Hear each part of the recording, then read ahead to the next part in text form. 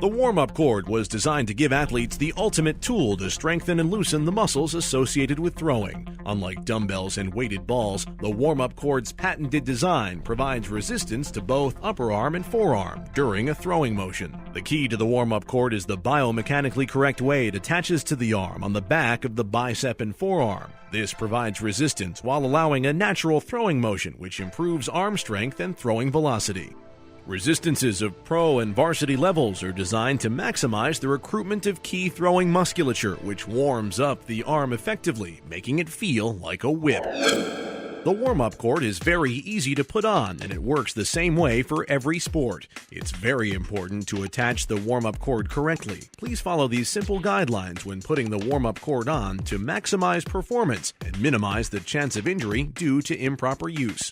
The most important thing to remember when putting on the warm-up cord is the location of the tether on the bicep and forearm. The bicep attachment should be at the midpoint between the elbow and shoulder. If the tether is off-center, it can make the arm move unnaturally, disrupting the throwing motion.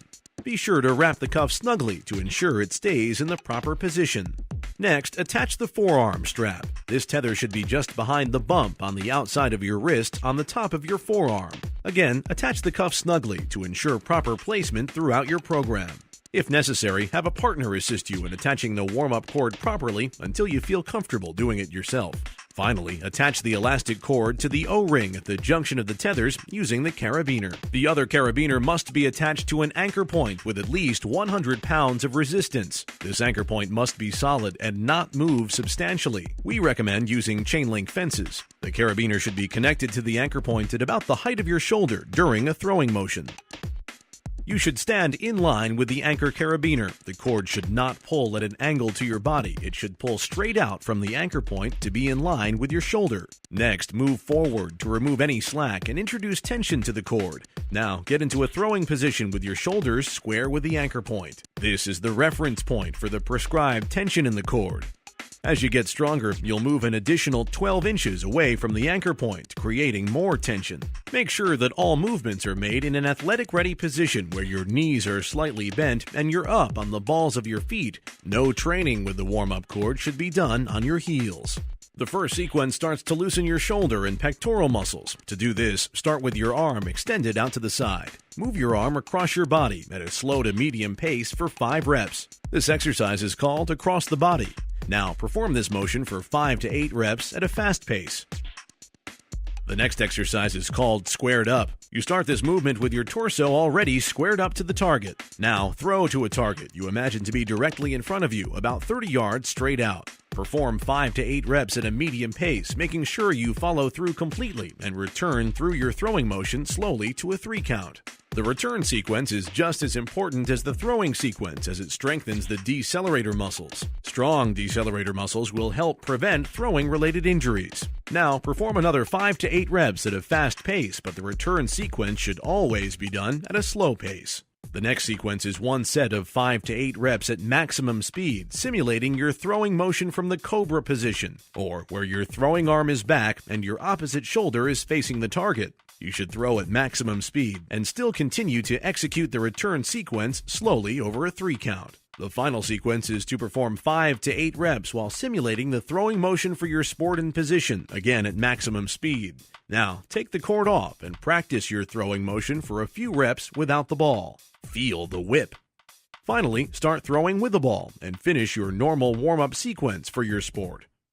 Always focus on moving at speeds similar to your actual throw. More tension is not always better. If the tension is enough to change your throwing motion, then you have too much tension.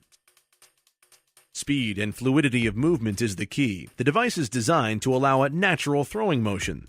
Start out by doing no more than 40 reps total. Try to build up from 5 to 8 to 8 to 10 reps for each motion over time. Watch your foot position. Set a reference as to where you'll experience 12 to 18 inches of tension or more as you progress. Follow warm-up cord sequence with at least 10 to 12 reps of your actual throwing motion with a ball. Make sure to reinforce proper mechanics immediately after you use the cord. Across the body and squared up drills should always be done the same way, no matter the sport. Perform the entire protocol again, but only 3 reps per set. This is a great way to stretch and cool down your arm. After you're done, ice is normal. Baseball and softball overhand throwers.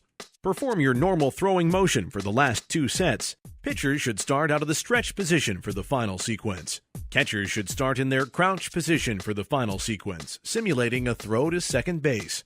Position players should start from their fielding position for the final set, simulating throwing out runners. Softball pitchers should perform the first 5 sets the same as an overhand thrower. However, the last set should be at least 8 to 10 reps while simulating a windmill pitch. Football quarterbacks.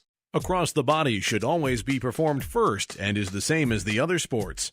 Squared up should be performed, simulating throwing to a target 20 yards directly in front of you. The last 2 sets should simulate throwing a 50-yard corner or go pattern down the sideline for a touchdown. It's important that the cord does not wrap around the back of your neck at the end of the throw. Suggested training program. Across the body, 1 set of 5 to 8 reps at a medium pace. 1 set of 5 to 8 reps at a fast pace. Squared up, 1 set of 5 to 8 reps at a medium pace. 1 set of 5 to 8 reps at a fast pace. Finish with a 3 count on your return sequence to work your decelerator muscles. Normal throws.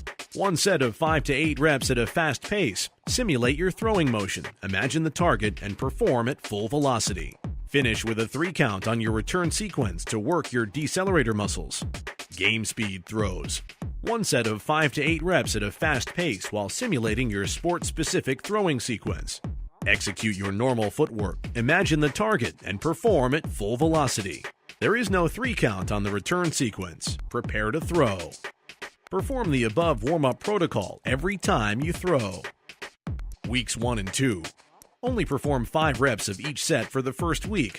It's very important that you ease into using the cord. Keep the rep count to under 40 reps total the first week. In week 2, progress to 7 to 8 reps with each exercise, keeping the total rep count below 45 reps. Week 3. Increase rep count to 10 reps for each exercise. Increase throwing velocity during normal throws and game speed throws to maximum speed. Week 4. Increase tension by 12 inches from the reference position. Decrease rep count to 5 to 8 reps for each exercise to adjust for the added tension. Weeks 5 and 6. Increase rep count to 8 to 10 reps. Add 1 set of normal throws to 3 sets. Begin to incorporate sport-specific movements like fielding ground balls or position-specific movements for baseball or softball, crow hops, etc. Drop backs for football quarterbacks. Make sure to mark your reference point so the tension is correct when you throw at the end of your drop back sequence.